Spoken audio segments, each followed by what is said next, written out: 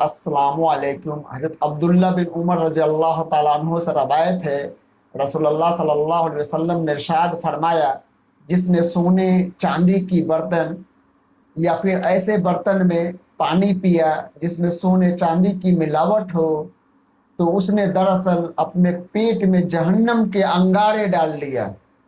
दोस्तों, इस हदीस में रसूलुल्लाह सल्लल्लाहु अलैहि वसल्लम ने हमें सोने चांदी के बर्तन में पानी पीने से मना किया है, खाना खाने से मना किया है, या फिर ऐसे बर्तन में खाना खाना या ऐसे बर्तन में पानी पीना जिसमें सोने चांदी की मिलावट हो, मना किया गया है।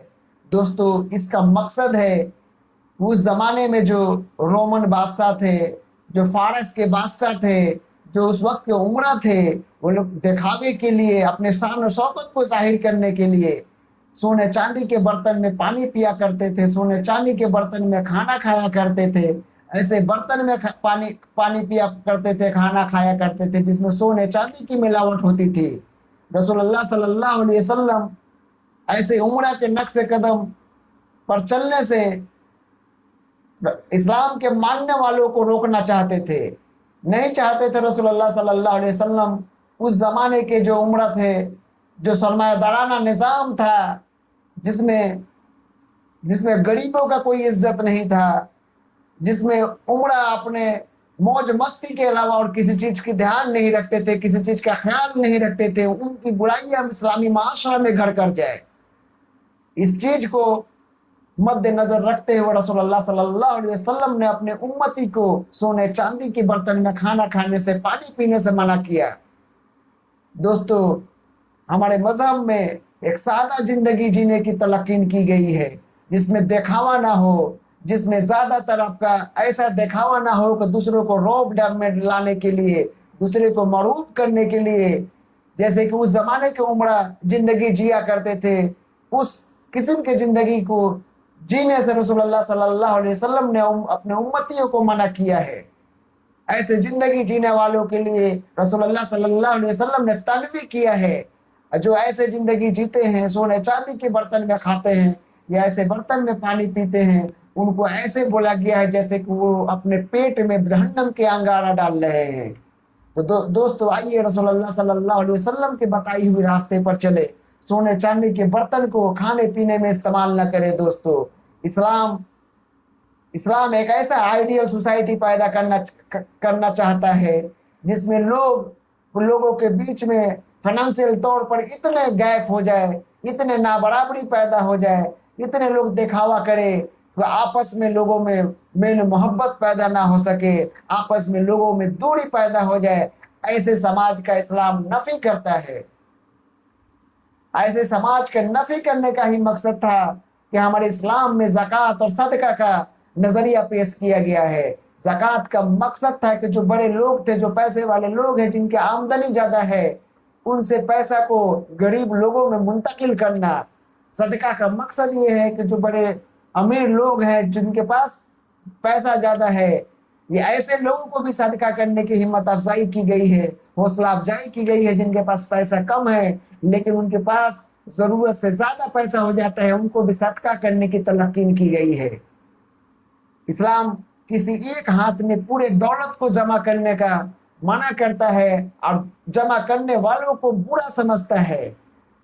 इस्लाम ऐसा माशरा को पैदा करना चाहता है जिस माशरे में दौलत का मालो दौलत का, वेल्थ का मूवमेंट हमेशा जारी रहे, एक हाथ से दूसरे हाथ में हमेशा मूवमेंट रहे। दोस्तों, जिस माशरे में दौलत का मूवमेंट रहेगा, वेल्थ का मूवमेंट रहेगा, एक हाथ में कंसंट्रेशन नहीं रहेगा दौलत का, उस माशरे में खुशहाली रहेगा, उस माशरे में गुर्बत की कमी रहेगी, उस माशरे में लोग हमेशा एक मुअत्तल जिंदगी जिएंगे, उस माशरा में अमीर और गरीब के बीच में जो गैप है, खलीज है, वो कम रहेगा।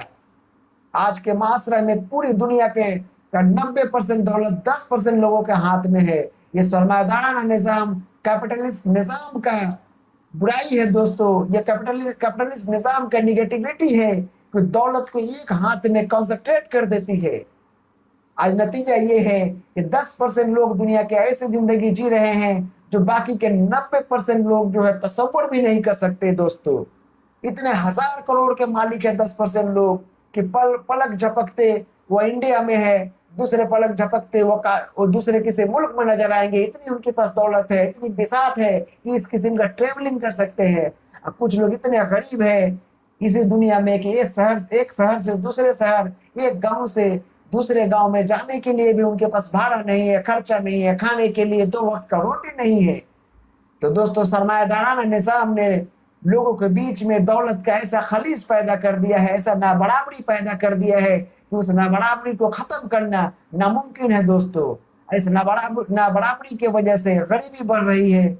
लोगों के बीच में जो हेल्थ फैसिलिटी है उसको हासिल करने के लिए लोगों को सबके पास पैसा नहीं है।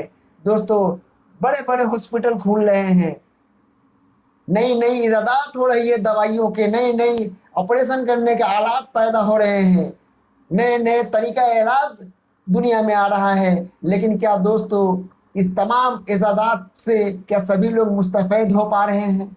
नहीं हो पा रहे हैं। दोस्तों, आज के ज़माने में अगर किसी को कैंसर होता है, वो सेलिब्रिटी टाइप का है, तो अमेरिका में जाकर अपना इलाज कराता है। लोग कैंसर की बीमारी से भी बच जा रहे हैं। मनीषा कोइराला उसकी मिसाल है, जिनको कैंसर हुआ और कैंसर फ्री जिंदगी जी रही है ट्रीटमेंट के बाद। क्या ऐसा कोई मिडिल क्लास का लोग, एक गरीब आदमी हमारे समाज में क्या तसव्वुर कर सकता है कि एक बार कैंसर होने के बाद इस बीमारी का इलाज करके खुद को ठीक कर सके? दोस्तों, दौलत की इतनी ना बराबरी है, हेल्थ फैसिलिटी की इतनी ना बराबरी है हमारे समाज में कि ट्रीटमेंट का रहते हुए भी लोग इस ट्रीटमेंट को हासिल नहीं कर पाते हैं, इसलिए कि उनके पास रिक्वायर्ड फाइनेंशियल कैपेसिटी नहीं है, उनके पास पैसा नहीं है। दोस्तों, ये कैपिटलिस्ट निजाम का बुरा चेहरा है जो लोगों के हाथ में पैसा पैसा आने ही नहीं दे रहा है। कुछ लोगों के हाथ में इतना पैसा दे रहा है, वो पैसा ही उनका ओढ़ना बिछौना हो गया है, पैसा पे ही सोते हैं, पैसा ही उनकी जिंदगी है। दोस्तों, पैसा, उनकी नजर में पैसा की कोई अहमियत नहीं है। अब कुछ लोग इतने गरीब हैं, इतने कमजोर हैं, वो अपने इलाज भी सही से नहीं करा पाते हैं, 2 वक्त की रोटी नहीं खा पाते हैं, अपने बच्चों को शिक्षा नहीं दे पाते हैं, एडुकेशन नहीं दे पाते हैं, एक अच्छे घर में नहीं रह पाते हैं। लोग एक थोड़े थोड़े ऐसे ऐसे बीमारियों में मर जाते हैं जिनका इलाज इस दुनिया में मौजूद है, लेकिन उनके पास इतना फाइनेंशियल कंडीशन अच्छा नहीं है कि उस इलाज को हासिल कर सके। तो दोस्तों, इस नाबराबरी के जो सिस्टम है, जो कैपिटलिस्ट सिस्टम ने जो आज समाज में हमारा पैदा कर दिया है, जिसके वजह से लोग तराही तराही कर रहे हैं, लोग परेशान हैं, उस नाबराबरी के सिस्टम को इस्लाम नफी करता है। इस नाबराबरी के सिस्टम को खत्म करना इस्लाम का मकसद था, लेकिन हम लोगों ने उस नाबराबरी के सिस्टम को ही फॉलो किया, कैपिटलिस्ट सिस्टम को ही फॉलो किया। दोस्तों, मैं नहीं कहता हूं कि इस्लामिक निजाम ही एक सिंगल वे आउट है तमाम लोगों को गरीबी से निकालने का, लोगों में बराबरी पैदा करने का। लेकिन दोस्तों, एक बैलेंस सिस्टम ऐसा जरूर होना चाहिए जिसमें वेल्थ का कंसंट्रेशन कम से कम लोगों के हाथ में ना होकर ज्यादा से ज्यादा लोगों को वेल्थ डिस्ट्रीब्यूट किया जाए, ज्यादा से ज्यादा लोगों को दौलत हाथों में मिले, ज्यादा से ज्यादा लोग तमाम तरह के फैसिलिटी, हेल्थ फैसिलिटी हासिल कर सके, ज्यादा से ज्यादा लोग एजुकेशनल फैसिलिटी हासिल कर सके, ज्यादा से ज्यादा लोग रोजगार हासिल कर सके, ज्यादा से ज्यादा लोग एक खुशहाल जिंदगी जी सके।